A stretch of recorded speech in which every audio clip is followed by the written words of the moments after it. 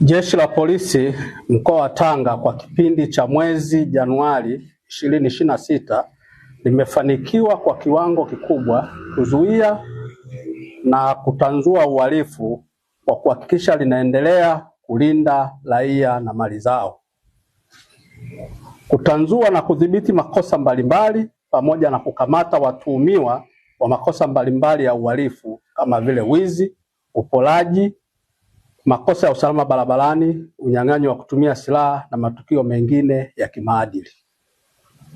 Katika kipindi hichi, Jeshi la Polisi mkoa wa Tanga limefanikiwa kukamata watuhumiwa 55, kati yao 9 walishiriki katika unyang'anyi wa kutumia silaha za jadi, mapanga na kuiba pikipiki katika tukio hilo.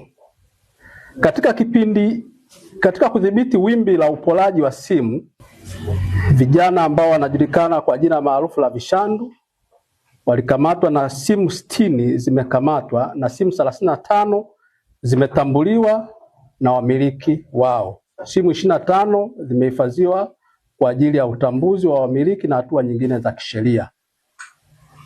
Aidha, Jeshi la Polisi mkoa wa Tanga limekamata pikipiki 50 zinazohusika na matukio ya uhalifu. Kati ya hizo 28 hazina namba halali za usajili. Katika kuendelea na operation ya kudhibiti uhalifu, mali mbalimbali zimekamatwa zikiwemo TV 7, friji 1, magodoro 3 na madumu 26 ya diesel.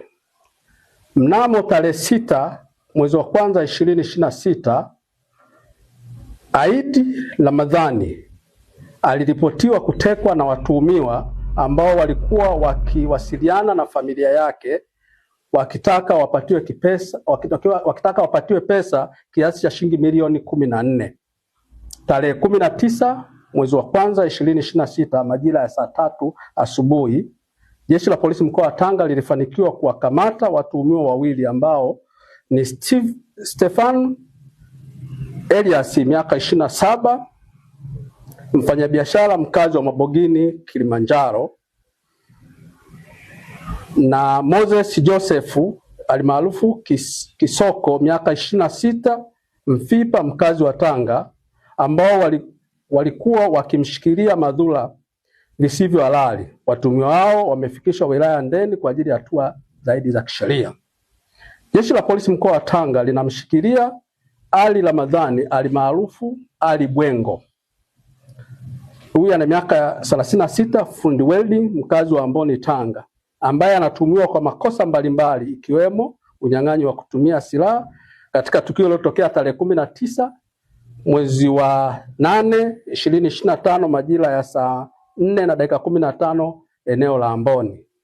Awali mtuhumiwa huyu aliwahi kufikishwa mahakamani na kuhukumiwa kifungo cha miaka 30 jela, lakini aliweza kutoroka chini ya uangalizi wa Jeshi la Magereza katika gereza la Maweni Tanga.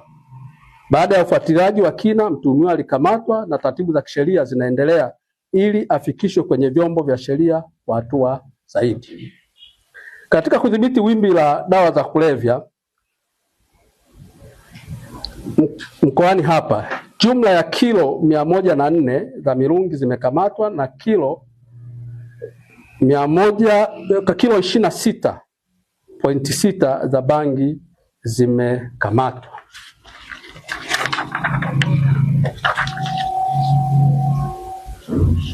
Mtuhumiwa Mkombozi Masinius miaka 40, fundi ujenzi mkazi wa Mbezi, Dar es Salaam, alikamatwa wilayani Korogwe akiwa na meno ya tembo vipande 19 venye uzito wa kilogramu 52. Taratibu za kisheria zinafanyika dhidi yake pamoja na kufikishwa mahakamani. Wilaya ya Pangani, mtuhumiwa Saidi Ramadhani Saidi almaarufu Mbezi miaka 23, fundi ujenzi mkazi wa wilaya ya Ndeni, mnamo tarehe 21 mwezi wa kwanza 2026 alitiwa hatiani kwa kosa la kulawiti na kuhukumiwa kifungo cha maisha gerezani. Wilaya ya Korogwe, Tarehe 5 mwezi wa 12 2026 watuhumiwa wawili walitiwa hatiani kwa makosa ya kupatikana na nyara za serikali, nyama aina ya nyama za digidigi na kuhukumiwa kifungo cha miaka 20 jela kila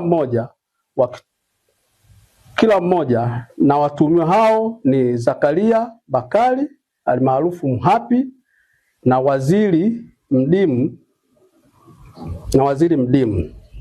Katika kupambana na makosa ya maadili, watuhumiwa wawili wametiwa hatiani kwa kosa la shambulio la aibu ambaye ni Kombo Salim Omari na Danford Andrew almaarufu Komba.